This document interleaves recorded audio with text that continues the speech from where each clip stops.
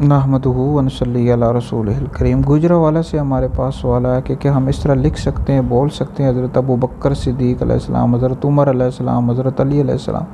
تو اس حوالے سے یاد رکھیں یہ جو مسئلہ ہے یہ مختلف ہی ہے، یعنی اس میں علماء کا اختلاف ہے۔ زیادہ تر علماء کی یہ رائے ہے، اکثر علماء کا یہی نظریہ ہے کہ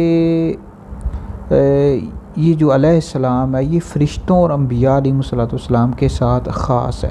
صحابہ ہوں، اہل بیت ہوں، ان کے لیے رضی اللہ تعالیٰ عنہ لکھا جائے گا اور بولا جائے گا۔ اعلیٰ حضرت امام اہل سنت نے فتاوی رضویہ جلد نمبر 23 میں لکھا ہے کہ صلاۃ والسلام بالاستقلال انبیاء اور فرشتوں کے علاوہ کسی کے لیے روا نہیں ہے، طبعیت کے طور پر جائز ہے۔ جیسے اس طرح ہم کہہ سکتے ہیں اللہم صلی علی سیدنا مولانا محمد وعلی آل سیدنا مولانا محمد، اس طرح کہہ سکتے ہیں۔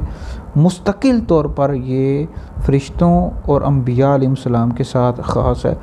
اعلیٰ حضرت نے لکھا ہے کہ صحابہ کے لیے رضی اللہ تعالیٰ عنہ لکھا جائے گا، اور اولیاء کے لیے رحمت